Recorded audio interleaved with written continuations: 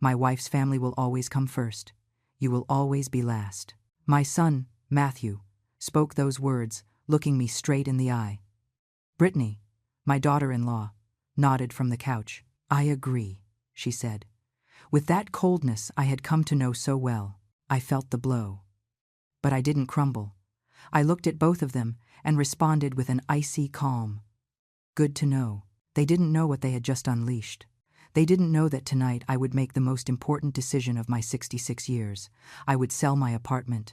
I would call in every marker. I would invest every single dollar in myself. And when the financial emergency hit them weeks later, when they came asking me to pay off their debts, what happened next would leave them completely speechless. But before we get there, I need you to understand how we arrived at this moment. I need you to see the 40 years of sacrifices that brought me to this living room, to this conversation, to this breaking point. It all started when I was 26. Matthew had just been born. My husband died 9 years later in a car crash that shattered our family. I was 35. Matthew was 9. I remember that first night of widowhood. Matthew was crying in his room. I was crying in the kitchen, surrounded by unpaid bills and a future that looked like a black abyss. My mother-in-law suggested I move back in with my parents, that I look for another husband, that I leave Matthew with her on the weekends so I could restart my life, as if my son were a mistake, as if my life needed to be erased and rewritten. I said no. I worked double shifts at the department store downtown. I came home with my feet bleeding inside my shoes. But Matthew ate 3 meals a day. He had clean clothes. He had new books at the start of every school year. What I ate or didn't eat didn't matter. He was my absolute priority. I sold my wedding jewelry when Matthew turned 15. Those gold bracelets my husband gave me for our anniversary. I sold them one by one to pay for his tuition at the best private school in the city. I remember the day the jeweler weighed them. I remember how they shone under the cold light of the store. I remember thinking, this is love. This is what a mother does. Matthew never knew. I never told him that those bracelets paid for 3 years of his education. I never told him that sometimes I ate only toast so he could have roast chicken twice a week. I thought that was how love was built. I thought silent sacrifice was the right way to be a mother. I was wrong. When Matthew got into college, I sold the car, the only car we had. It was a beater, but it ran. I sold it to pay for his enrollment and the first 2 semesters of his engineering degree. His dream. After that, I took 2 buses to get to work, 3 to get back. I left the house at 6 in the morning. I got back at 9 at night. My legs swelled up so much I couldn't take my shoes off without pain. But Matthew was studying at a top-tier university. That was the only thing that mattered. I turned down 3 dates with good men during those years. Widowers, with stable jobs, who looked at me with genuine interest. I told them no. I didn't want any stranger making Matthew feel like he was less important. I didn't want distractions. My entire life revolved around him, around his future, around building something solid that he could inherit. Love, sacrifice, devotion. I thought that would come back to me. I believed in give and take. How naive I was. Matthew graduated with honors at 24. He got a job immediately at a major corporation. I was 59. He started earning well. Very well. He moved into a condo on the north side. I was still in the same small apartment where I raised him. I waited for him to say, "Mom, now it's my turn to take care of you." I waited for him to invite me to dinner on Sundays. I waited for something, anything. But the calls became sporadic, the visits too. He always had work. He always had commitments. There was always something more important than seeing his mother. And I waited, always waiting. He met Brittany when he was 32. I was 61. She was beautiful, confident. She came from a huge family. Mother, father, 4 siblings, 12 cousins, uncles on every corner. A loud family that celebrated everything. Birthdays, baptisms, graduations. They turned even random Tuesdays into events. From the beginning, I knew that for Brittany, I was in the way. She didn't say it. She didn't have to. She showed it in the silences. In quick glances toward Matthew when I spoke. In that way of making plans where I didn't fit. The first Christmas after they started dating, they invited me to dinner. I arrived with a cake. Matthew's favorite since he was 7. a homemade German chocolate cake. I had baked it that morning. Brittany looked at it and smiled with that smile that didn't reach her eyes. "Oh, how sweet. But we already have dessert. My mom brought her specialty. She put my cake in the fridge. They never took it out. I found it days later when I went to help them clean up after another family dinner. It was untouched, covered in plastic wrap, forgotten. I threw it out myself, in silence, feeling something dark growing in my chest. They got married 6 months later. The wedding was big, expensive. I contributed $20,000 from my savings to help. It was everything I had saved in 5 years. Brittany wanted that specific venue. Matthew asked me for help with shining eyes. "Mom, I know it's a lot, but it's our special day." I said yes. I always said yes. At the wedding, they sat me at table 7, far from the groom, far from the head table. Brittany's parents were at the main table, her siblings too. I was with distant cousins I didn't know. Matthew passed by my table once, just once the entire night. "You doing okay, Mom?" I nodded. I smiled. I said everything was beautiful, because that was what was expected of me. To be small, to be invisible, to be convenient. Brittany got pregnant 8 months later. Lily, my first granddaughter. Matthew called me, excited. "Mom, you're going to be a grandma. We're going to need you a lot." And I ran.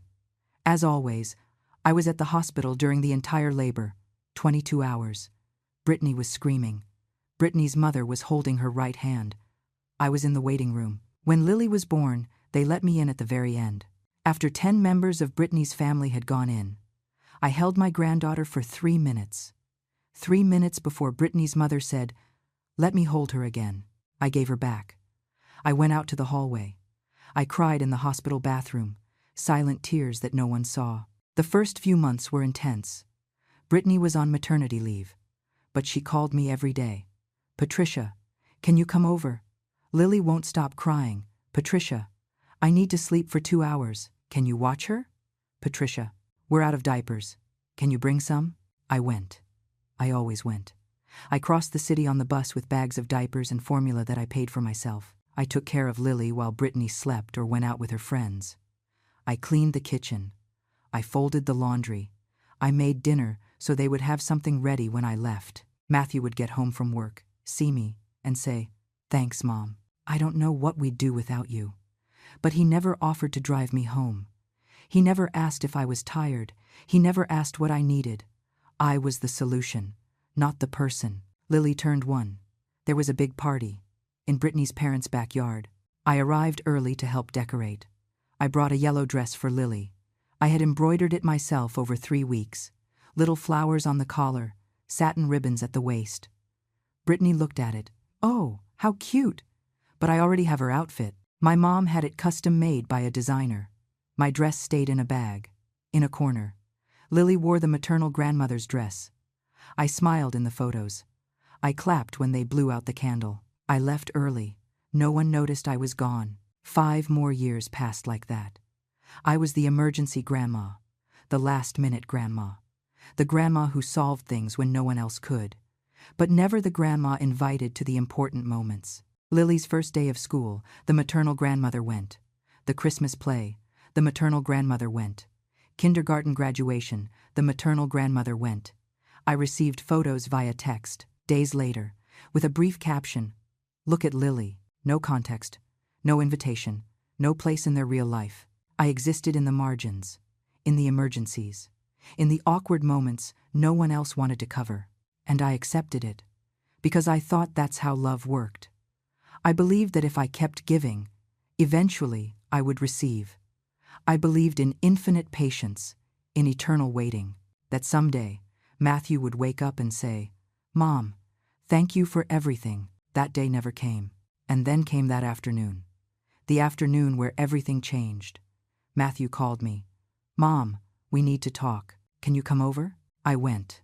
Of course I went. I arrived at their house at 6 in the evening. Matthew and Brittany were sitting in the living room. Serious.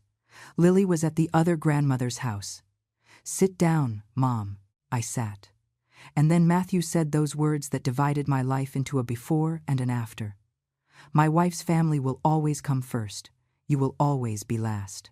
The words floated in the air like knives. Matthew didn't look away. He was serious, convinced, as if he were explaining something obvious, something I should have understood years ago. Brittany nodded beside him. I agree, she said, with that soft voice she used when she wanted to sound reasonable. It's important that we all understand the priorities in this family. I felt something cold run down my spine. It wasn't pain yet. It was something worse. It was clarity. That brutal clarity that arrives when you finally see what was always there, but you refuse to acknowledge. I looked at both of them. At my son, the man I raised alone, the man for whom I sold my jewelry, my car, my dreams. And at her, at the woman who had turned my son into a stranger. I took a deep breath.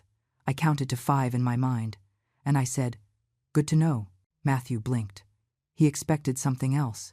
He expected tears. He expected me to beg. He expected me to make myself small and say, "I'm sorry, I'll do whatever it takes to be closer to you." But I said none of that. I stayed still, watching them. Brittany tilted her head. There was confusion in her eyes. "That's all you're going to say?" she asked. I smiled. It was a cold smile, a smile I didn't even recognize myself. "What else do you want me to say? You just told me what my place is. I understand perfectly." I got up from the couch. I grabbed my purse. "Thanks for the clarity. Seriously, now I know exactly where I stand." I walked toward the door. Matthew stood up. "Mom, wait, don't get mad. We just wanted to be honest with you." I stopped. I turned. I looked him in the eye.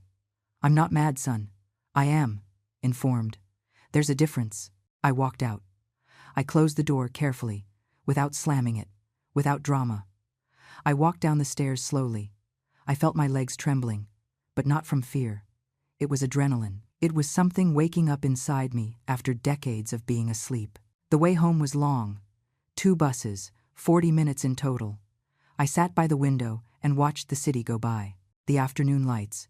People walking fast toward their homes, toward their families, toward places where they were a priority. I thought about all the times I crossed this same city to go to them. How many times did I carry heavy bags on the bus? How many times did I arrive tired and still start cleaning their house? How many times did I pretend it didn't hurt to be invisible? How many times did I swallow silent humiliations because I thought that was love? How many times did I make myself small so they could feel big? 40 years. 40 years of being the last priority in the lives of the people I always put first. Something broke in my chest. But it wasn't my heart. It was a cage. A cage I had built around my life myself. And finally, after so long, the doors opened. I got to my apartment at 8 o'clock at night. It was small, 2 bedrooms, narrow kitchen, bathroom with old tiles. But it was mine, completely paid off. I had finished paying for it 3 years ago. After 32 years of monthly payments, I never missed. I locked the door. I took off my shoes. The silence wrapped around me. That silence that used to feel like loneliness now felt different. It felt like space, like possibility. I went to the kitchen. I made tea. I sat at the table where I had eaten alone so many times while Matthew had dinner with Brittany's family. And for the first time in decades, I didn't feel sorry for myself. I felt rage. Clean rage. Rage that doesn't destroy but illuminates. I opened my laptop. That old laptop Matthew gave me 5 years ago when he bought a new one. I logged into my bank account. I hadn't checked the numbers closely in months. I had always been careful with money. After becoming a widow, I learned that financial security was the only thing no one could take away from you. I looked at the balance. $95,300. Life savings. From extra shifts. From denied expenses. From vacations I never took. From clothes I didn't buy. All saved for what? For an emergency? To help Matthew if he needed it? To be useful when they called? I closed my eyes. I took a deep breath. I opened another tab. I searched for the market value of apartments in my area. My apartment, according to 3 different sites, was worth between $370,000 and $400,000. The neighborhood had appreciated. It was downtown, close to the subway, close to everything. I was living on top of a gold mine and didn't even know it. I ran the numbers. If I sold the apartment for $380, if I bought a smaller, modern one in another area for $200,000, I'd have $180,000 left over, plus the $95,000 I had saved, $275,000. At 66 years old, debt-free, with a stable pension of $1,200 a month, I did more calculations. If I invested $200,000 in a conservative fund at 5% annually, it would generate $10,000 a year, plus my pension, plus $75,000 as a backup for real emergencies. I could live well, I could travel, I could take classes, I could do all those things I always postponed because I was waiting to be a priority, waiting to be needed, waiting to exist in my son's life. No more. I opened a new document. I started typing. Life plan. Patricia. I smiled as I typed my name. How long since I thought of myself as a person separate from my role as mom? I wrote, 1. Sell current apartment. 2. Buy smaller, modern apartment, just for me. 3. Invest the difference. 4. Set clear boundaries with Matthew and Brittany. 5. Stop being the solution to their problems. 6. Start living for myself. 6 points. 6 steps toward a life I should have started living years ago. I saved the document. I named it My New Life. It wasn't revenge. It wasn't cruelty. It was survival. It was justice after 40 years of silent injustice. I couldn't sleep that night. I stayed awake thinking about everything, about every sacrifice, about every moment where I was invisible. The day Matthew graduated from college, and in the celebration photos, I appeared in 2. Only 2 photos out of 43 that Brittany posted on social media. I counted them. That night I counted them all. The day of Lily's christening. I paid for the christening gown, $200. Brittany chose a very expensive one. I paid for it without a peep. In the christening photos, I appear in the background, out of focus, like an accident, like someone who was just passing by. The day Matthew turned 40. There was a surprise party. Brittany organized everything. She called me 2 days before. Patricia, there's going to be a party for Matthew on Saturday. At 8, don't say anything. I arrived at 8. The party had started at 7. They had already sung Happy Birthday. They had already cut the cake. Oh, we thought you weren't coming, Brittany said. Lie. They didn't think of me at all. Memories. Hundreds of memories crushing me in that dark bed. My 65th birthday. Matthew called me 3 days later. Sorry, Mom. I missed it. How was it? He asked. I told him it was fine. Lie. I spent it alone. Eating canned soup. Watching TV. Crying in the bathroom so no one would hear me. No one. Not even the walls. Mother's Day last year. Brittany posted a long post. Beautiful. About her mother. About how wonderful she was. About how much she loved her. About how she was her best friend. Matthew commented, Best mother-in-law in the world. I didn't receive even a call that day. Not one. I waited until 11 at night. Nothing. The next day, Matthew sent a text. Sorry, Mom. It was a really heavy day. It was always a heavy day when it came to me. At 4 a.m, I made a decision. I didn't make it with rage. I made it with clarity. That cold clarity that comes when you finally accept the truth. Matthew had told me my place, the last place, very well. If I was last in his life, then it was time to be first in mine. I got up, made coffee, opened the laptop again. I searched for real estate agencies. I found one with good reviews. I sent them an email. Good morning. I have a downtown apartment I want to sell. Can we schedule an appraisal appointment? Send. Then I searched for new apartments. Modern. In quiet areas. Far from where Matthew lived. Far from that part of the city where I was always available. Always close. Always ready to run when they called. I found 3 interesting options. I bookmarked them. Then I looked for something else. Something I had dreamed of for 20 years but never allowed myself. Travel. Trips for solo women. Trips for seniors. Packages to Peru. To Colombia. To Argentina. To places I always wanted to see but postponed because how was I going to spend money on myself when Matthew might need it? How was I going to be far away when they might call? But now everything was different. Now I was the last priority. And being their last priority, I could finally be my own first priority. I found a tour to Machu Picchu. 15 days, $3,000. I added it to the cart. I didn't buy it yet. But I left it there, waiting, like a promise. The sun was starting to come up when I closed the laptop. I hadn't slept, but I felt more awake than ever. Something had changed. Something deep, something irreversible. And for the first time in 40 years, I wasn't afraid. I had clarity. And clarity, I discovered that morning, is much more powerful than blind love. The next few days were strange, silent, liberating. Matthew didn't call, Brittany neither. It was as if my calm response had bewildered them so much they didn't know what to do with me. Good. Let them be bewildered. I had things to do. The real estate agency answered my email in less than 2 hours. Of course, Miss Patricia. We can come tomorrow at 10 in the morning to do the appraisal, I confirmed. That night I cleaned the apartment like never before. Not because it was dirty, but because I needed to see it with new eyes. With the eyes of someone who was about to let it go. Every corner of that place held a memory. The kitchen where I made thousands of breakfasts for Matthew before school. The living room where we did homework together for years. His room, which still kept some of his old books. Memories. All memories of a time when I thought I was building something solid. Something reciprocal. I was wrong. But it didn't hurt anymore. It was just data. The agent arrived on time. His name was David, about 40 years old. Gray suit, professional smile. He walked through the apartment with a critical eye. He measured, he took photos, he checked the finishes.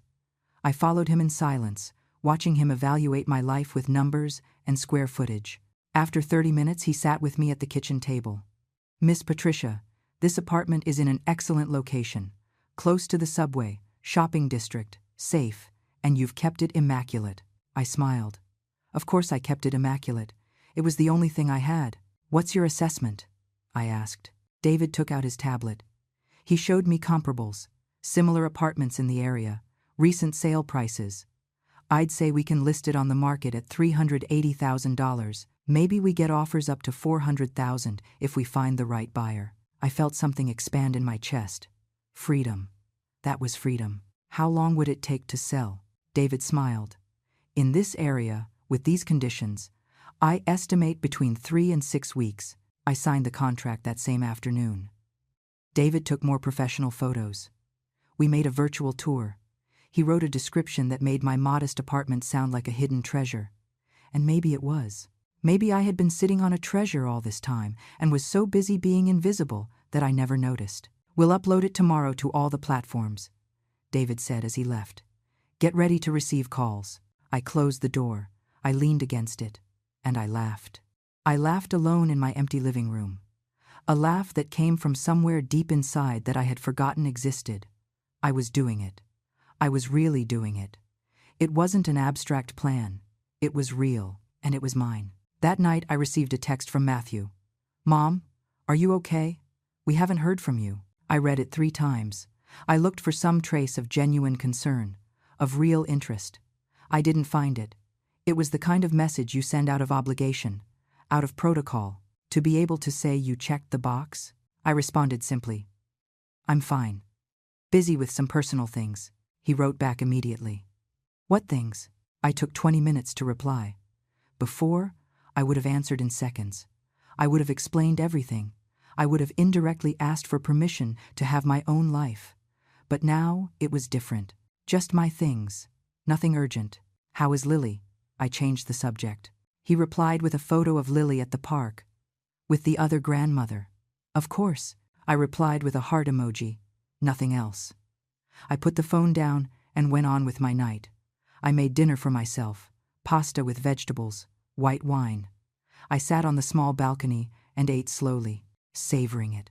How long since I savored my own food? The calls started on the 3rd day. David was right. My apartment generated immediate interest. 5 people wanted to see it. We scheduled appointments. I cleaned. I organized.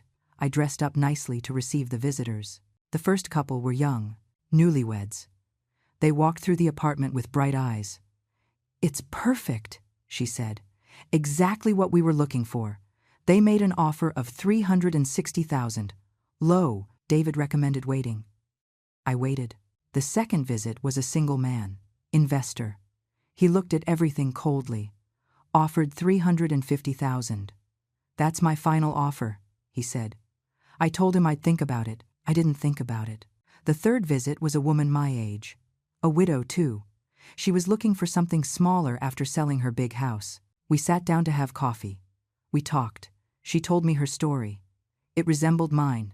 Dead husband, absent children, life on pause. I need to start over, she said. I understood her. Perfectly. She offered $375,000, cash. Quick closing. I said yes. We signed papers a week later. The process was surprisingly fast. She paid cash. I asked for 60 days to move out. She agreed. David was happy. It was a perfect sale, Miss Patricia. Do you have somewhere to move? I smiled. Not yet, but I will soon. That same afternoon I started looking seriously. I visited 3 apartments. The first was dark. The second was in bad shape. The third was perfect. Small. 1 bedroom, modern kitchen, new bathroom, laminate flooring, large windows. In a building with security. Quiet area. 40 minutes by subway from where Matthew lived. Far enough. It cost $190,000. I made an offer of $185,000. They accepted. I signed. In 3 weeks, I had sold my previous life and bought a new one. And Matthew knew nothing. Yet, I started packing slowly. Each box was a decision. What was I taking to my new life? What was I leaving behind? Matthew's childhood books. They stayed. His school trophies. They stayed. The photos where he smiled and I appeared blurry in the background. They stayed. I packed only what was mine. My clothes, my books, my few remaining jewels, my documents, my laptop, the essentials. Everything else was ballast. It was dead weight from a life that no longer fit me. I hired a moving company. Small, discreet, just the basics. I told them. They looked at the apartment. You sure? There's a lot of stuff here. I looked around. 40 years of stuff. I'm sure. Only what I marked with green tape. It was less than half. 2 weeks after the confrontation, Matthew called. He didn't text. He called. It was Sunday afternoon. I was packing books. I saw his name on the screen. I let it ring 3 times before answering. Hi, son. My voice came out calm, neutral. Mom, we need to talk. Can you come over tomorrow? Something in his tone alerted me. It wasn't casual. It was urgent, but urgent in that contained way. Like when you need something but don't want to seem desperate. What do you need to talk about? I asked. Brief silence. Better in person. Can you come? Before, I would have run. I would have canceled everything. I would have arrived in 2 hours asking what was wrong, but not now. Tomorrow I can't. I have things to do. It was true. I had an appointment with the lawyer to finalize papers. What things? There it was again. That question. As if I needed to justify my time. Personal things. Matthew, is it urgent, or can it wait? Another silence. It's important. Is someone sick? Did something bad happen? No. No one is sick. But we need to talk. Then it can wait. How about Wednesday? I heard him take a deep breath. He was frustrated. Good. Let him feel what it was like not to be a priority. Fine. Wednesday. At 6. At 7, I said. I have things until 6:30. Lie. I had nothing. But I wasn't going to run anymore. I wasn't going to be immediately available. I wasn't his instant solution anymore. Fine. At 7. He hung up. He didn't say I love you. He didn't say take care. Just hung up. I stared at the phone. I knew what was coming. I felt it in the tone of his voice. They needed something. Money, probably. Or help with Lily. Or some big favor that required me to put my life aside again. But this time was different. This time I had a plan. And nothing and no one was going to derail it. I kept packing. I found an old box in the back of the closet. I opened it. Letters. Letters Matthew wrote me when he was a child. Mom, you are the best in the world. I love you, Mom. When I grow up, I'm going to buy you a house. I read them all. I felt something tighten in my throat, but I didn't cry. That child grew up, and the man he became told me I would always be last. A child's words aren't contracts, they are innocence. They are moments. They are before the world teaches them to prioritize other things. I closed the box. I put it in the pile of things that were staying, not with anger, with acceptance, with that clean sadness that comes when you finally let go of something that was never yours to begin with. Wednesday arrived. I dressed up nicely. Not too much. Just enough to look like someone who has their life under control. Black slacks, white blouse, comfortable shoes, hair pulled back, light makeup. I looked in the mirror. The woman looking back at me was different from 3 weeks ago. There was something in her eyes, something solid, something unbreakable. I took my purse. Inside I carried documents.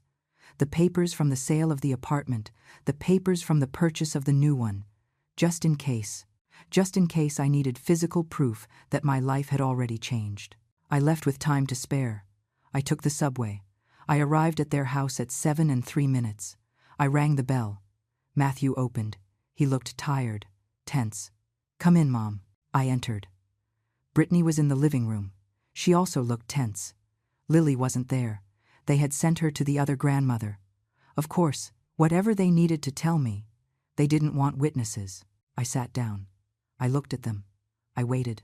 And in that uncomfortable silence before they spoke, I knew exactly what was coming. And I knew exactly what I was going to answer. Matthew sat across from me, Brittany beside him. They both looked at me with that expression I knew well, need disguised as casual conversation. "Mom, thanks for coming," Matthew started. I nodded. "I didn't say you're welcome. I didn't say I always come. Not anymore. You want something to drink?" Brittany asked. Her voice sounded sweet. Too sweet. "No thanks. I'm fine." Silence. Matthew rubbed his hands together, a sign of nervousness. I knew it since he was a child. That gesture meant he had to say something difficult. "Mom, we have a situation." I waited. I let the silence stretch out.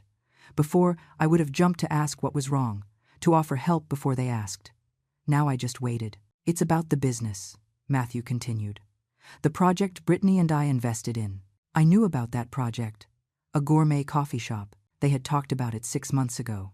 With excitement, with big plans, with dreams of expanding. What about the business?" I asked. My voice sounded neutral. Brittany leaned forward. "Things didn't go as we expected. We had problems with the partner. Legal problems. And now?" She stopped, looked at Matthew. He took a breath. "We have debt. Mom, big debt. $45,000 that we have to pay in 3 weeks, or we lose everything." There it was. The number. The urgency. The trap disguised as trust. "I understand," I said. "Nothing else." Matthew blinked. "You understand?" he repeated. "Yes, I understand you have a financial problem." I waited. Brittany bit her lip. "Patricia, we need help. We've knocked on every door. The banks won't lend us any more. My family already helped us with $20,000, but they don't have any more. And we thought maybe you." She stopped. Didn't finish the sentence. She didn't have to. "You thought maybe I would have $45,000 tucked away," I completed for her. Matthew nodded. "I know it's a lot, Mom. I know. But we're desperate. If we don't pay, we lose the entire investment. We lost $90,000, all our savings." I leaned back on the sofa. I looked at both of them. I saw real desperation in their eyes. But I also saw something else. I saw expectation. The certainty that I would say yes, because I always said yes, because I was Mom, the grandma. The solution. "And how did you think I would have that amount?" I asked. Matthew perked up, as if my question was a sign I was considering helping. "Well, you have your apartment. Could you take out a home equity loan? Or sell it? Or sell my apartment?" I repeated. Brittany intervened quickly. "Not necessarily sell it. Just use the equity to get a loan. We would pay the monthly payments. It's just to get out of this emergency." The payments. They would pay the payments. Just like all the previous promises. Like when Matthew borrowed money for the car 10 years ago and paid me only 6 months. Like when Brittany needed money for the design course and never paid me back $1. Promises that evaporated as soon as they got what they needed. "Let me understand this correctly," I said slowly. You invested all your money in a business that failed. Brittany's family already put in $20,000. And now you want me to risk my apartment, my only asset, to bail you out of the problem. Matthew looked uncomfortable. Don't put it like that, Mom. We're not asking you to risk it. Just to help us. We're family. Family? That word. The same word they used to put me in last place. The same word they now pulled out as a shield when they needed me. Family, I repeated. My voice remained calm. But there was something new in it. Something sharp. 3 weeks ago, you told me Brittany's family would always come first, that I would always be last. Remember? The atmosphere changed. Matthew went rigid. Mom, that was a misunderstanding. Misunderstanding? I looked him hard in the face. You were very clear. You told me exactly what my place was in your life. The last place. Brittany agreed. There was nothing to misunderstand. Brittany raised her hands. Patricia, we were talking about general priorities. We didn't mean we don't love you. Let's not talk about love, I said. Let's talk about facts. Let's talk about the last 5 years. How many times was I the last priority? How many times did you call me only when you needed something? How many of my birthdays did you forget? How many of Lily's events did you exclude me from? Let's talk about that. Heavy silence. Matthew looked at the floor. Brittany looked at her hands. No one spoke. Because there was no defense. Only facts. Facts they had ignored because it was convenient. So, Matthew said finally, you're not going to help us. His voice sounded hurt, as if I were the one being unfair. I took a deep breath. This was the moment. The moment I had been waiting for without knowing it for decades. No, I said simply. I am not going to help you. Matthew stood up. What? Are you serious? Completely serious. Brittany also stood up. Patricia, please, think about it. He's your son. She's your granddaughter. If we lose everything, where are we going to live? That, I said, standing up too, is not my responsibility. You are adults. You made adult decisions. Now you face adult consequences. Matthew stepped closer. Mom, I'm asking you for help. Are you really going to let me fall? Something in his tone made me angry. That tone of a child. That tone he used to manipulate me since he learned to speak. I am not letting you fall, I said firmly. You made bad financial decisions. You invested without a safety net, without a plan B. And now you want me to pay for your mistakes. Just like always. But not this time. Brittany crossed her arms. I can't believe how selfish you're being. It's your family. My family, I repeated, told me 3 weeks ago that I was the last priority. Now you need money, and suddenly I'm important. Do you see the contradiction? No one answered. Besides, I continued, I don't have the money available anymore. Matthew frowned. What do you mean? I took the papers out of my purse. I put them on the coffee table. I sold my apartment 2 weeks ago. The silence was absolute. Matthew picked up the papers. He read them. His face went from confusion to shock. You sold the apartment? When? Why? Because I decided it was time to live for myself, I answered. I bought a smaller, modern apartment. I invested the rest of the money for my future. For my travels, for my life, the life I postponed for 40 years while putting you first. Brittany went pale. You invested the money? Everything. Not everything. I left an emergency fund. For my emergencies, not for others. Matthew dropped the papers. I can't believe this. When were you going to tell us? Why would I have to tell you? I asked. Do you tell me every financial decision you make? No. Because we're independent adults. Well, so am I. Matthew ran his hands through his hair. Mom, this is pure selfishness. That word. Selfishness. The same word used to control women who finally choose to live. No, I said with a steady voice. This is self-love. This is recognizing my value. This is stopping being the constant solution to problems I didn't cause. I put my purse on my shoulder. I wish you luck with your situation. I hope you find a solution. But that solution does not include my money, nor my apartment, nor my future. I walked toward the door. Matthew followed me. Mom, if you leave now, if you leave us like this, you're going to destroy our relationship. I stopped, turned, looked him in the eye, into those eyes I had known since he was born. "Son," I said softly. Our relationship was already destroyed. Only I hadn't accepted it until now. You said it clearly. I am last. And the last ones don't rescue the first ones. That's how it works. I opened the door. "When you're ready to treat me like a real priority, not like an emergency bank, we can talk. Until then, take care." I walked out. I closed the door. I walked down the stairs. And I didn't look back. My hands were shaking on the subway ride back. Not from fear, not from guilt. They were shaking from pure adrenaline. I had just done something I never imagined possible.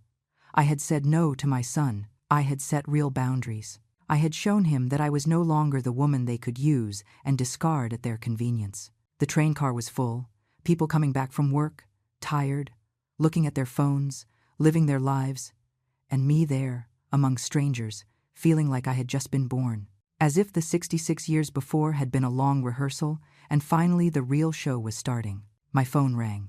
"Matthew." I declined the call. It rang again. I declined again. Then the texts arrived, one after another. "Mom, please answer. We need to talk calmly. We can't end it like this. Brittany is crying. Think of Lily." That last message made me squeeze the phone. Think of Lily, the final weapon, the ultimate guilt trip. But it didn't work anymore.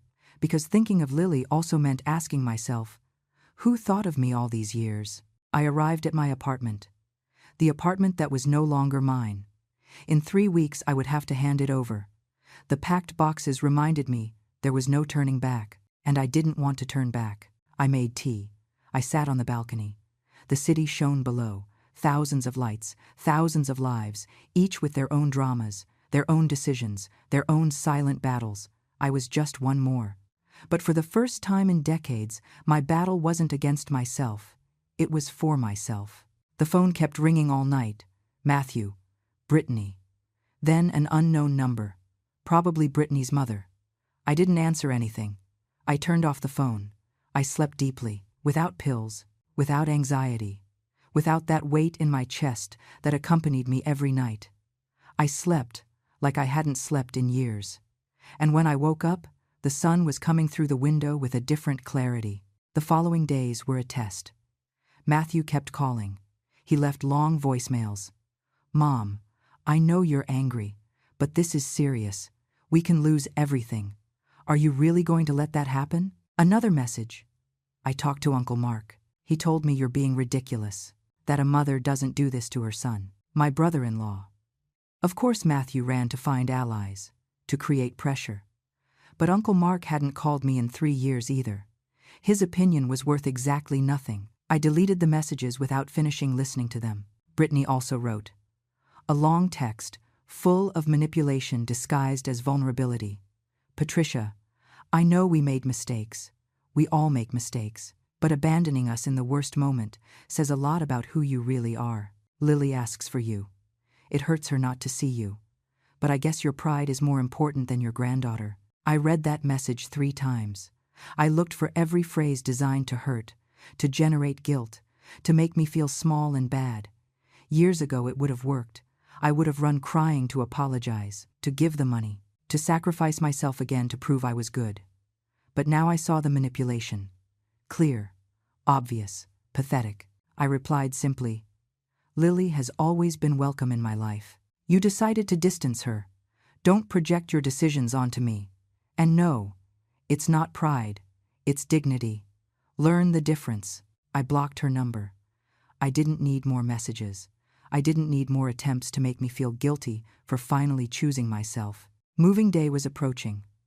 I hired the small company. They came to pack the last of it. They looked at the marked boxes.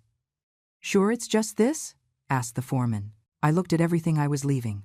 Furniture, old appliances, memories that no longer served me. "Sure, the rest stays." "And what do we do with what stays?" I thought for a moment. "Donate it. To some family that needs it."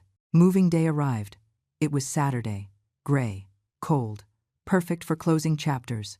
The movers loaded quickly. I supervised with a coffee in hand. The woman who bought the apartment arrived early. She brought flowers. "For your new home," she said, handing them to me. I smiled. How ironic. Farewell flowers that were actually welcome flowers. We signed the last papers. I handed her the keys. "I hope you're very happy here," I told her. She smiled. "I will be. This place has good energy." Good energy. Maybe now, after I cleared out all the accumulated sadness, all the unrequited sacrifice, all the accepted invisibility, I walked out of the building for the last time. I didn't look back. I didn't cry. I just walked toward the moving truck. Forward, always forward. My new apartment was the complete opposite. Modern, bright, light flooring, white walls, huge windows, kitchen with new appliances, bathroom with a large shower, only one bedroom, perfect for me. Just for me. The movers unloaded everything in 2 hours. I tipped them generously. They left, and I was left alone in my new space, in my new life. I unpacked slowly. Everything found its place. Books on the new shelf, clothes in the closet, photos on the walls. But not the old photos, new ones, photos of landscapes I had bought online. Mountains, beaches, places I would soon visit. I hung the last one and stepped back. This was my space, my territory, my refuge. No one would enter here with demands, with expectations, with needs that I had to solve. This was my fortress, and the doors would only open for those who treated me with respect. That night, in my new bed, in my room, I did the math. Moving expenses and new furniture, $15,000. I had $170,000 left from the sale, plus the $95,000 I had saved. Total, $265,000. I invested $200,000 in a mixed fund, conservative but with growth. I would have $65,000 in backup, plus my pension of $1,200 a month. Enough. More than enough. Then I opened the travel site, that Machu Picchu tour I had saved. 15 days, $3,200, included flights, hotels, meals, guides. Departure in 6 weeks. There was space. I took a deep breath. And I bought it. Just like that. Without overthinking. Without asking permission. Without consulting anyone. $3,200 on my future. On my happiness. On me. The confirmation arrived in my email. "Thank you for your purchase, Patricia. Your adventure begins soon." Adventure. What a beautiful word. 66 years old and finally I would have an adventure. Not the adventure of sacrifice. Not the adventure of raising a son alone. Not the adventure of surviving, but the adventure of living, of existing as a whole person, of discovering who Patricia was when no one needed anything from her. I printed the itinerary. I put it on the fridge with a magnet. Every day I would see it. Every day I would remember that my life had changed, that I had changed, that I would never be the last priority again. I went to bed. The mattress was firm, comfortable. The sheets smelled new. Everything smelled new, like possibility, like freedom. I closed my eyes, and for the second consecutive night, I slept in peace, without guilt, without fear, without that voice whispering that I was selfish, because I finally understood something. Taking care of myself wasn't selfishness. It was survival. It was justice. It was self-love after decades of misdirected love. Sunday I woke up late, almost 10. How long had it been since I slept in? I made breakfast calmly. Eggs, toast, strong coffee, orange juice. I sat in my small dining nook and ate slowly, looking out the window, watching the park below, people running, families walking, dogs playing, normal life, simple life, beautiful life. My phone, which I had turned back on, had 27 messages. I didn't read them. Not yet. I finished my breakfast, washed the dishes, got dressed, went out for a walk. I explored my new neighborhood.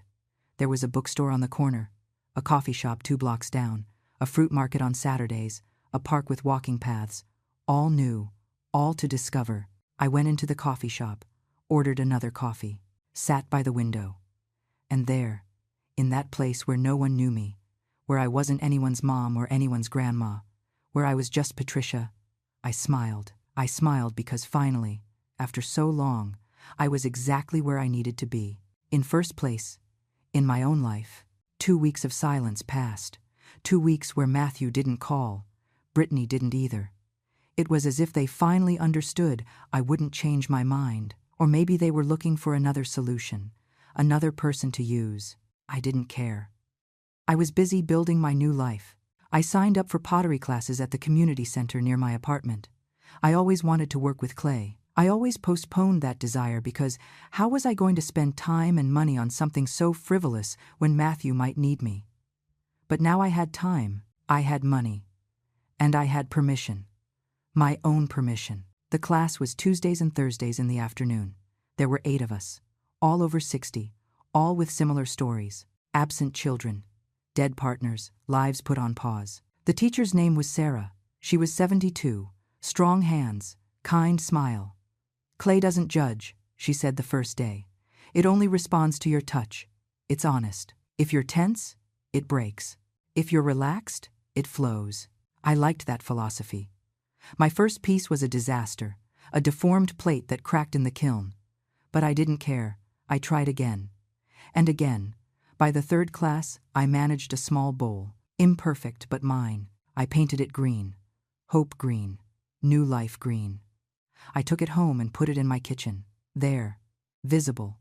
A reminder that I could create things with my hands. That I didn't only exist to solve other people's problems. I also joined a book club. They met Wednesdays at night in the bookstore on the corner. We read 1 book a month, discussed, debated, drank wine and ate cheese.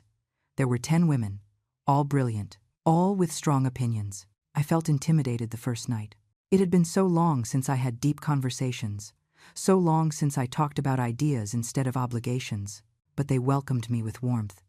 Welcome, Patricia. What brings you to our group? I'm rebuilding my life, I said honestly. They nodded. They all understood without needing long explanations. The book that month was about a woman who left everything to live on an island. Fiction. But it felt real. Too real. When it was my turn to share opinions, I said, I think sometimes you need to lose everything to find yourself. A woman on the other side of the table, Susan, looked at me intensely. Did that happen to you? I hesitated. But something in the safe environment made me speak. Yes. A month ago, my son told me I would always be his last priority. I sold my apartment. I invested in myself. And when he asked me for $45,000 to save him from his bad decisions, I told him no. Silence, then applause. Slow at first, then louder. Bravo, Susan said. That takes courage. It wasn't courage, I admitted. It was survival. The best courage always is, she replied. That night I made friends. Real friends, not acquaintances out of obligation. Chosen friends. My phone rang on a Tuesday night, 3 weeks after the confrontation. Unknown number. I answered out of curiosity. Patricia. It was a woman's voice. Older. Yes. Who is this? It's Linda, Brittany's mother. Ah, the matriarch, the favorite grandma, the one who always had the place I never had. What do you need? I asked coldly. I need to speak with you about Matthew and Brittany. About what is happening. I know what is happening, I said. They told me. They made bad decisions. They have consequences. Linda sighed. Patricia, I know my daughter and your son have treated you poorly. I know, but they are young. They made mistakes. Are you really going to let them sink? Young. Matthew was 42. Brittany, 40. They weren't children. I'm not sinking them, I replied. They sank themselves. I just refused to jump in the water with them. Linda paused. Brittany told me you sold your apartment, that you have money invested. My money. My decision, I said firmly. Are you really going to be that selfish? There it was again. That word, selfish, the favorite weapon to control women. Linda, with all due respect, you don't know me. You don't know what I've sacrificed. You don't know how many times I made myself invisible so they could shine. You don't know how many birthdays I spent alone, how many tears I swallowed, how many times I was the last priority. So don't come calling me selfish for finally choosing myself. Silence on the other end. They could lose their house, she said finally, her voice softer, more real. I know. And I'm sorry. But that is not my responsibility. You already helped with $20,000. I contributed 40 years of sacrifice. I've given enough. What about Lily? She is innocent in all this. Lily has always been welcome in my life. But you all decided to distance her. You turned me into the grandma of last resort. Don't blame anyone else for that. Linda sighed deeply. Okay. I understand. Just wanted to try. She hung up. I stared at the phone. I felt something, not guilt, something softer. Pity. Pity for Matthew and Brittany, who really could lose everything. But pity wasn't enough to make me change my mind. Pity didn't pay for 40 years of being invisible. I put the phone away. I continued with my evening. I was reading the book for the group, a novel about reinvention, about women finding strength in the second half of their lives. I felt seen on every page. The next day, a text arrived from Matthew.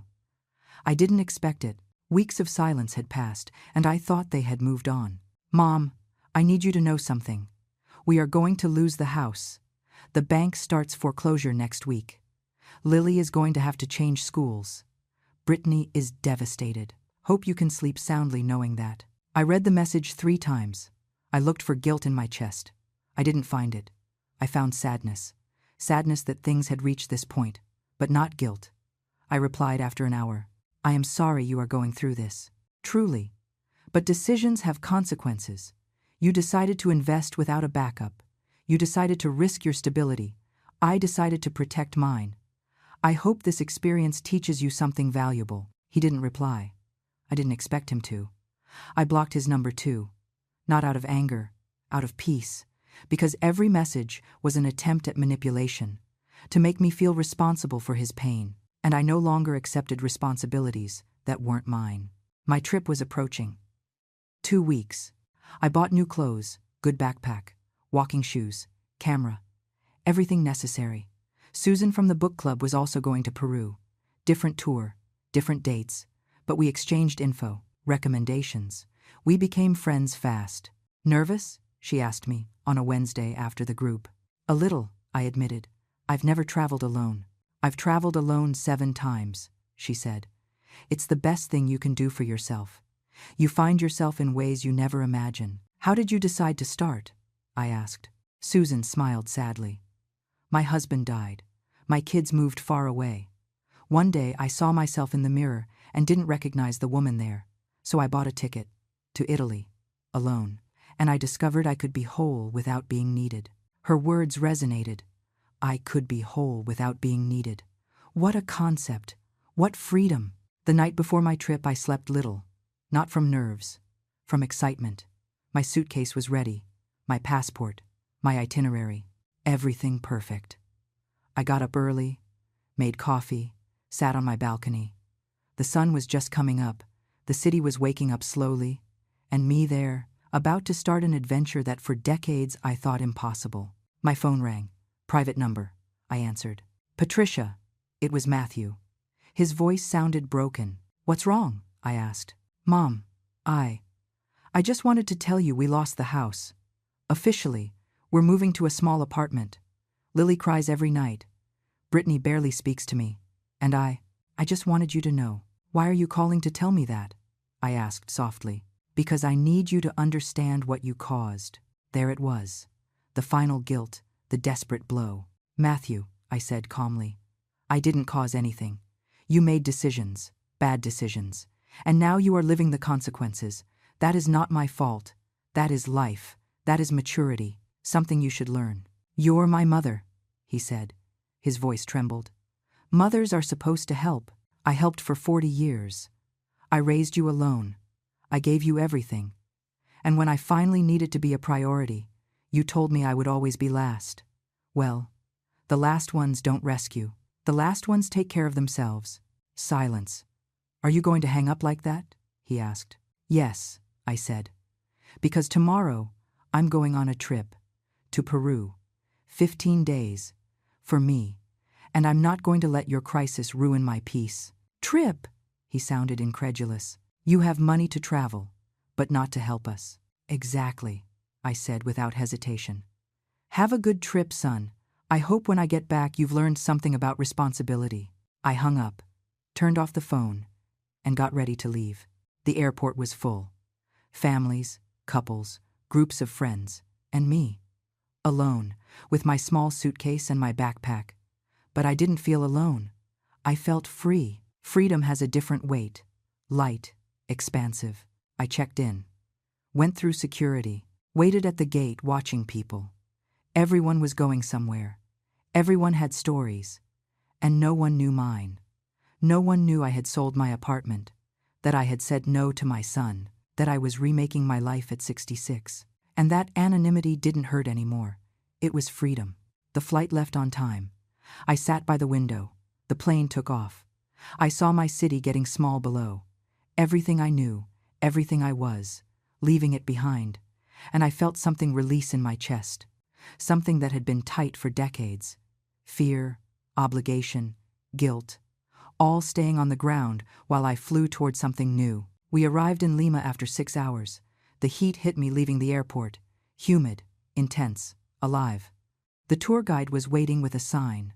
Machu Picchu Group, Andean Adventure. There were 15 of us, most over 60, 3 couples, the rest solo, like me. We introduced ourselves on the bus to the hotel. A man sat next to me, tall, gray hair, kind smile. Robert, he said, extending his hand. Patricia, I replied. First time in Peru? He asked.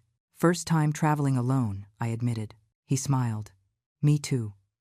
Well, first time since I was widowed 3 years ago. There was something in his voice, something honest, something that invited speaking without masks. What brought you here? I asked. Robert looked out the window. My kids told me I should move on, stop living in the past, so I bought this trip to see if they might be right. And? Don't know yet. But the first step is being here. That's something. The hotel was modern, clean. My room overlooked a park. I unpacked slowly, hung my clothes, arranged my things. This room would be my home for 3 nights before leaving for Cusco. I showered, changed, went down to the welcome dinner. The guide, a young man named Luis, explained the itinerary. Tomorrow Lima, day after Cusco, then the Sacred Valley, and finally Machu Picchu. Each word sounded like a promise, like adventure, like life. I ate with Robert and 2 women from the group. We talked about everything, about our lives, about our children, about our losses. Robert had 2 daughters. They lived far away. They called him once a month. It's enough, he said. But his eyes said something else. One of the women, 68, told how her 3 sons had asked her to sell her house to distribute the inheritance while she was alive. I told them no, that my house was mine until I decided. They got mad, stopped talking to her for 6 months, then they came back. But it wasn't the same. I listened to every story. I saw reflected parts of mine, children who took, parents who gave, until there was nothing left to give. And then came the complaint, the accusation of selfishness, the abandonment disguised as disappointment. But here, at this table, in this foreign country, among strangers becoming friends, there was no judgment, only understanding. That night, I slept deeply. No dreams, no worries, just pure rest. Lima welcomed us with sun the next day. We visited the historic center, the Plaza de Armas, the cathedral, colonial palaces. Luis told us stories, conquest, resistance, reinvention. Peru has been destroyed and rebuilt many times, he said, but it always rises. It always finds a way to be new without forgetting the old. I liked that idea. Reinventing oneself without forgetting, without denying, just integrating and moving forward. We had ceviche for lunch. Fresh, spicy, delicious. Robert sat across from me. How do you feel? He asked. Alive, I answered honestly. For the first time in a long time, alive. The flight to Cusco was short. The city welcomed us with mountain cold, thin air. Breathing took effort.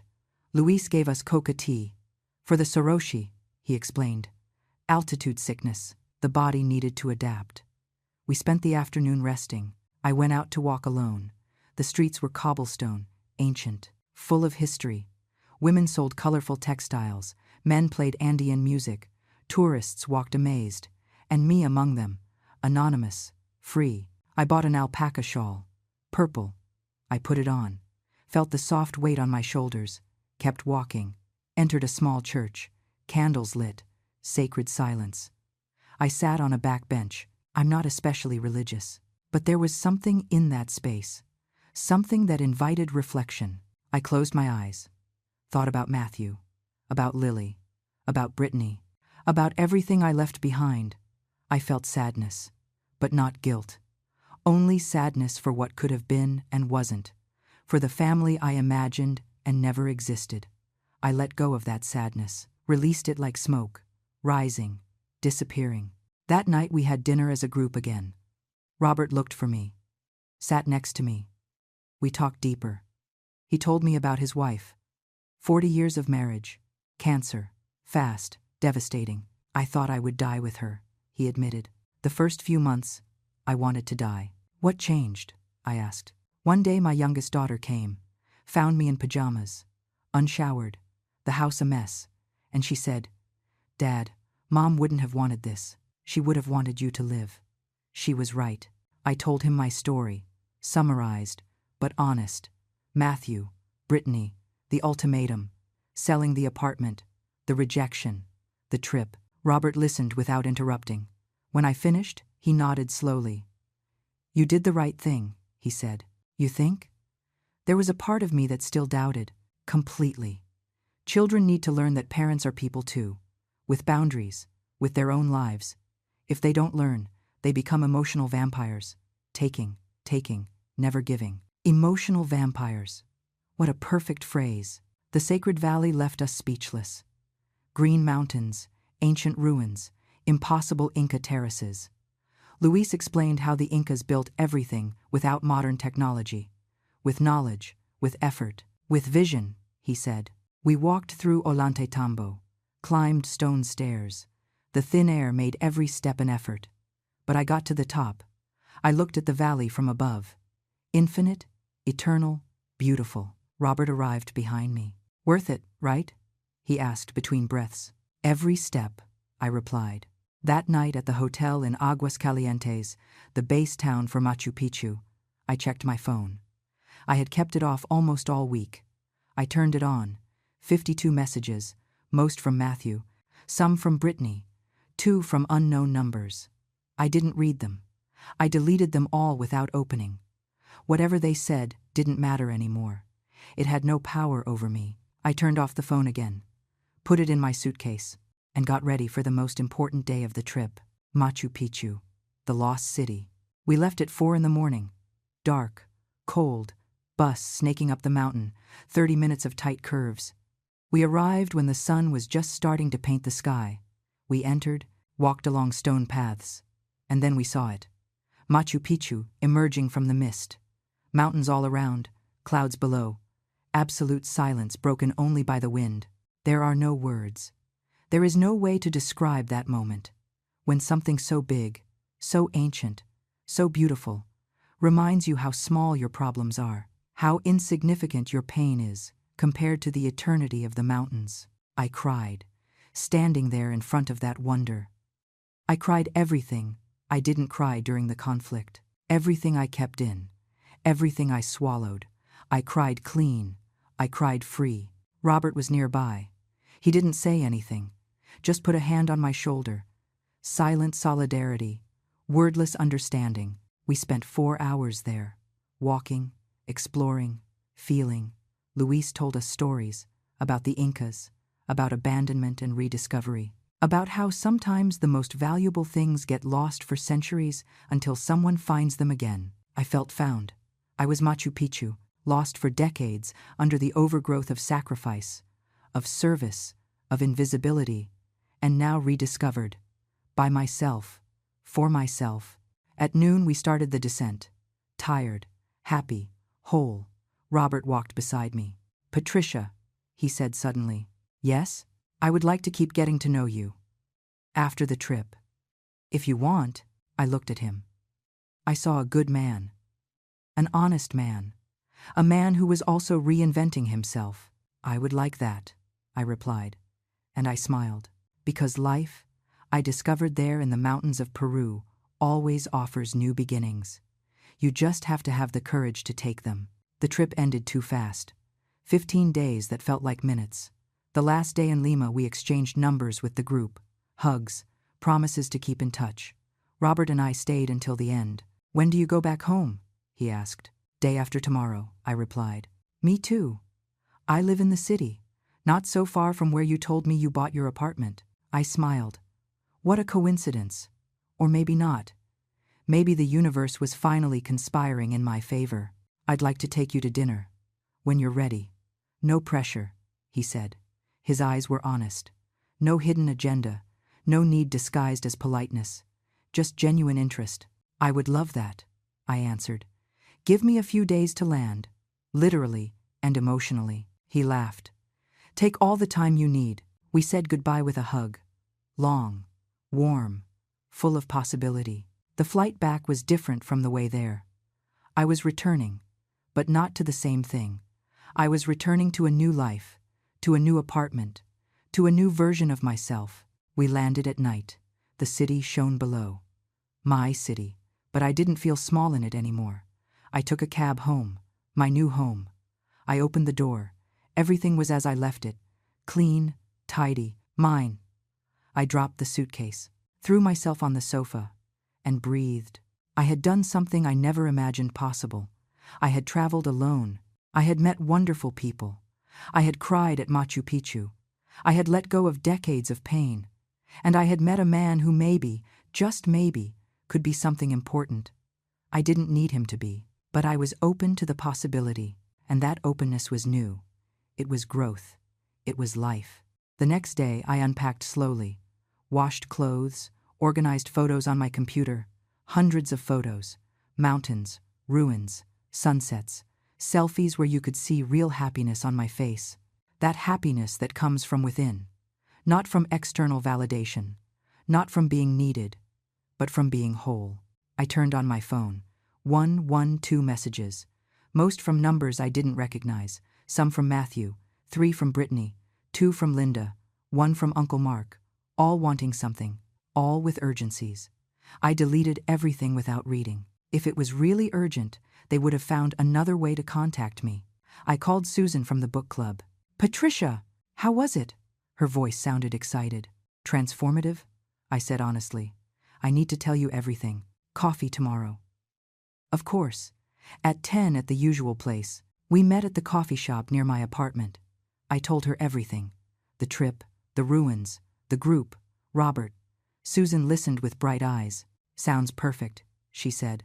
"It was. It really was." "And what happened with your son?" she asked carefully. "I don't know. I deleted all his messages without reading." Susan nodded. "And how do you feel about that?" I thought before answering. "At peace. For the first time in a long time. At peace. That's all that matters," she said. She told me about the book club, the new book they were going to read, the discussions I missed. "Wednesday we meet. We expect you." "I'll be there," I promised. And I meant it. This life, these friends, this space, it was mine. And I wasn't going to sacrifice it for anything. That afternoon the doorbell rang. I wasn't expecting anyone. I looked through the peephole. Matthew. My heart raced. Not from excitement, from alert. How did he know my address? Of course. Public records. The purchase of the apartment was public information. I took a deep breath. Opened the door. "Matthew." My voice came out neutral. "Mom." He looked bad. Tired. Thinner. Red eyes. "How did you know where I live?" I asked. "I searched public records. I needed to see you." "Why?" I didn't invite him in. We stood in the doorway. "Because I miss you? Because I need to talk to you? Because you're my mother and we can't go on like this?" I felt something soften, but not enough. "Matthew, I told you when you were ready to treat me like a priority, not like a bank. We could talk. I know. And you're right. You were right about everything." His words surprised me. "I'm sorry. You were right. I treated you badly. Brittany treated you badly. We used you. We made you invisible. And when you finally set boundaries, we got mad instead of reflecting." I said nothing. Waited. We lost the house. We moved to a small apartment. Lily changed schools. Brittany and I almost got divorced. He paused. And in the middle of all that, I realized something. My whole life, you were always there. Always. And I never, not once, asked you what you needed. I never asked if you were okay, if you were happy, if you had dreams.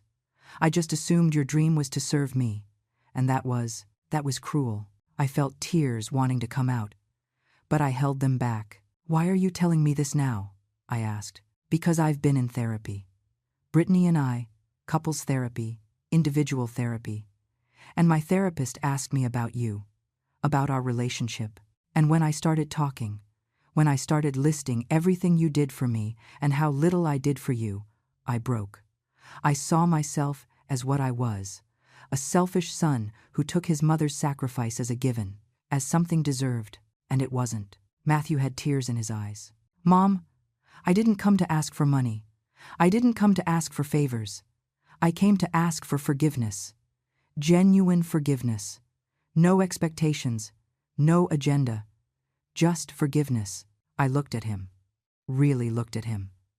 I saw the boy I raised, the man he became, the son who hurt me, and the human being who seemed, finally, to be waking up.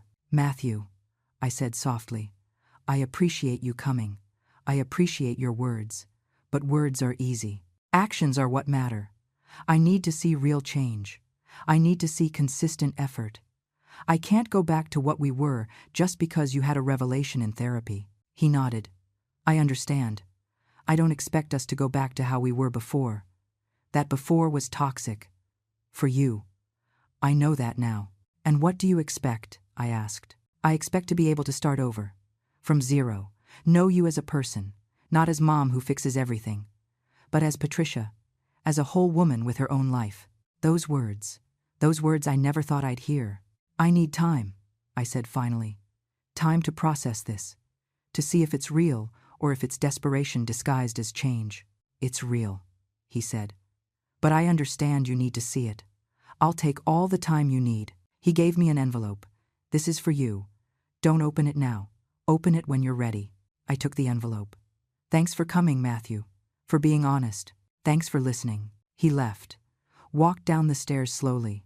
I watched him go from my window. I closed the door. Stood there, holding the envelope, trembling slightly. This I didn't expect. I didn't expect a real apology. I didn't expect acknowledgement. I opened the envelope. Inside was a letter, handwritten. It started, Mom, Patricia, woman who gave me everything. I read it completely. 3 pages, detailing every memory, every sacrifice he remembered, every time I was invisible, every time he should have valued me and didn't. It ended. I don't expect you to forgive me quickly. I only hope for the opportunity to show you I can be better, that I can be the son you always deserved. I love you, Matthew. I cried. I cried hard. I cried clean. Not from sadness, from liberation, from validation, from finally hearing the words I needed for decades. But I also cried knowing that words weren't enough, that I needed to see facts, real change, sustained effort. I couldn't go back to being the mom who solves everything. That woman died. Another was born. And this new Patricia had standards, had boundaries, had her own life. I saved the letter, put it in a drawer, didn't throw it away, kept it as evidence, as a starting point, as a possibility, but not as a solution. Robert called that night. How was your day? He asked. Complicated. My son came over. I told him everything. The visit, the apology, the letter. Robert listened without interrupting. What are you going to do? He asked at the end. Wait. Watch. Protect myself. And, in the meantime, keep living my life. Seems wise to me, he said. Are we still on for dinner? We're on, I confirmed. This Saturday. Perfect. We hung up. I got ready to sleep. In my bed. In my apartment. In my life. With possibilities open. With wounds healing. With a bright future. Matthew had taken the first step. Maybe genuine? Maybe not? Time would tell. But, meanwhile, I would keep being the priority in my own life.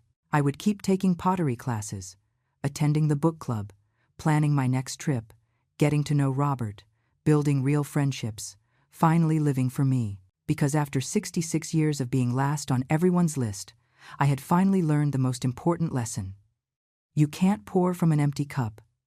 First, you must fill yourself, and I, for the first time in my life, was full, whole, and happy. 6 months later, my life was unrecognizable, in the best sense possible. I woke up that Saturday with light coming through my window. No alarm, no urgencies, just the natural rhythm of my body telling me it was time. I stretched in my bed, smiled. Another day of mine. I made coffee, toast with jam, sat on my balcony, the morning routine I had perfected. No rush, no guilt, just present. My phone rang. Robert, good morning, beautiful. Ready for today? I smiled. We had been dating for 4 months. Slowly, no pressure. Two older people who knew real love doesn't need haste. Ready. What time are you picking me up? At 10. We're going to that craft market you wanted to visit. Perfect. I'll wait for you here. We hung up. Robert was different.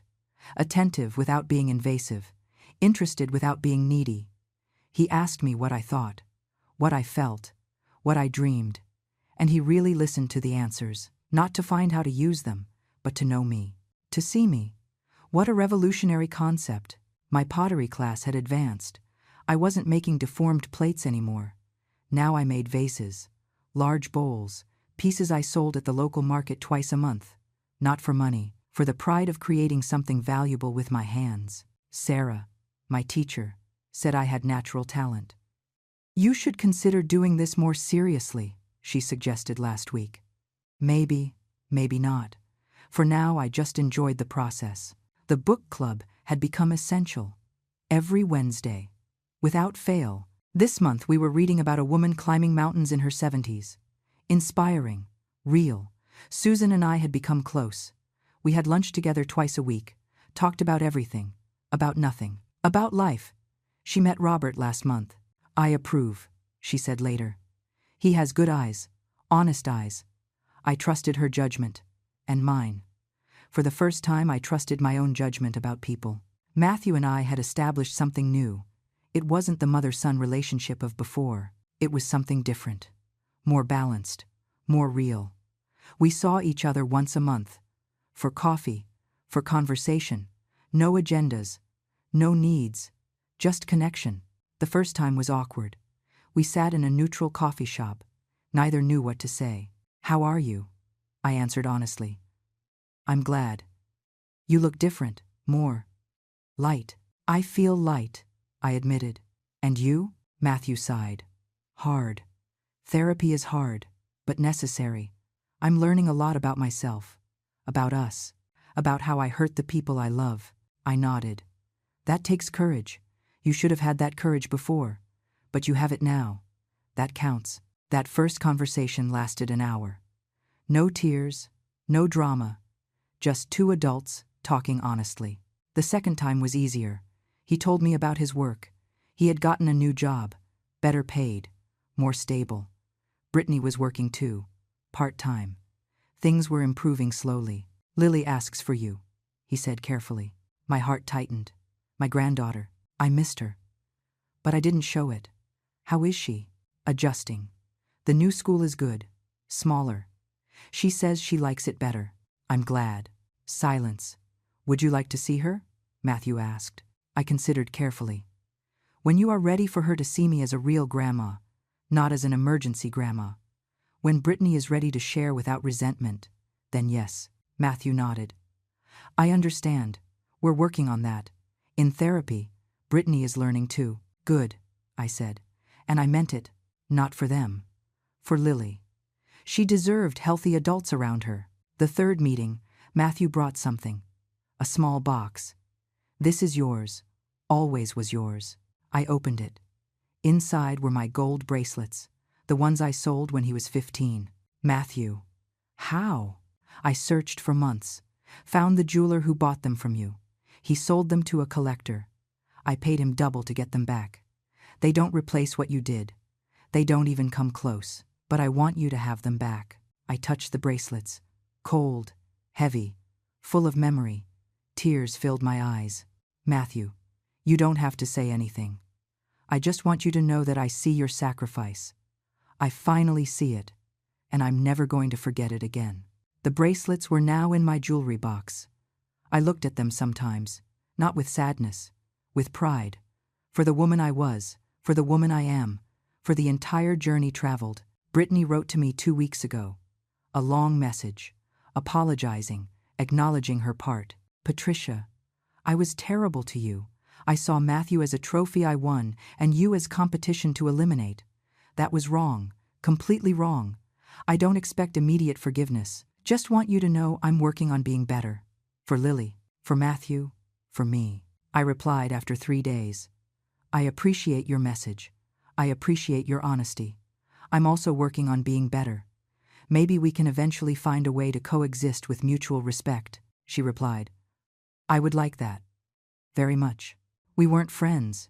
Maybe we never would be. But maybe we could be civilized adults. That was enough." Lily called me a week ago. Matthew gave her my number. "Grandma?" Her voice sounded older. She was already 11. "Lily, sweetie. How are you?" "Good, Grandma. Can I see you?" "I miss you." My heart melted. "Of course, honey. When your parents say it's okay, we met yesterday, in a neutral park." Lily ran toward me. I hugged her tight. She had grown so much. "I missed you, Grandma." "Me too, sweetie." We spent 2 hours together. We talked. She told me about her new school, her friends, her art classes. "Dad says you take pottery classes?" she said. "Yes, I love it. Can I go with you someday?" "I would love that." Matthew and Brittany watched from afar, without interfering. When it was time to leave, Lily hugged me again. "Can I come to your new house?" "Soon," I promised. "Very soon." Because now my terms also included space for her. But healthy space. Space where I wasn't the solution. Just the grandma, the person she loved. Without conditions, without sacrifices that emptied me. Robert and I went to the market as planned. Bought crafts, ate street food, walked holding hands. "Happy?" he asked. "Very happy," I replied. That night, in my apartment, with Robert preparing dinner in my kitchen, I looked around. My space, my life, my choices. The pottery pieces on the shelf, the book club books on the table, the Machu Picchu photos on the wall, the itinerary for the next trip, to Colombia, on the fridge, all evidence of a life lived forward. A life where I was the protagonist, not the supporting character. Robert served dinner, pasta he cooked with care, wine he brought from his favorite shop. We sat down, toasted. "What are we toasting to?" he asked, smiling. "To new beginnings," I said. "To finding each other at the right time. To brave women who choose themselves," he added. We clinked glasses, drank, ate, laughed. And in that moment, surrounded by warmth and chosen company, I remembered the words I told Matthew 6 months ago, the words that changed everything. "For 40 years I was last on your list, son. Now, finally, I am first on mine." Those words were my mantra, my reminder, my truth. Matthew had grown. He had changed. He was doing the work, and I was proud. But it was no longer my responsibility to fix him. It was no longer my job to ensure he was okay while I fell apart. Now we both had responsibilities. Him with himself, me with myself. And maybe, just maybe, we could build something new, something healthy, something reciprocal. But if not, I would be fine. Because I learned the most important lesson at 66. I learned that it is never too late to choose yourself, never too late to set boundaries, never too late to say no, never too late to live the life you always deserved. I sold my apartment. I invested in myself. I traveled alone. I found new love. I recovered my granddaughter on healthy terms. I built real friendships, and finally, after decades of being invisible, I became visible. To me. And that, I discovered, was all I ever needed. Robert stayed that night. We talked late. About the future. About possibilities. About maybe moving in together eventually. No rush. With respect. With real love. When we finally fell asleep, his arm around me, I felt something I hadn't felt in decades. Safety. Not the safety of being needed. The safety of being valued. Of being seen. Of being first. And in the darkness of my room, in my chosen apartment, in my life built from scratch, I smiled. Because finally I understood what it meant to be whole.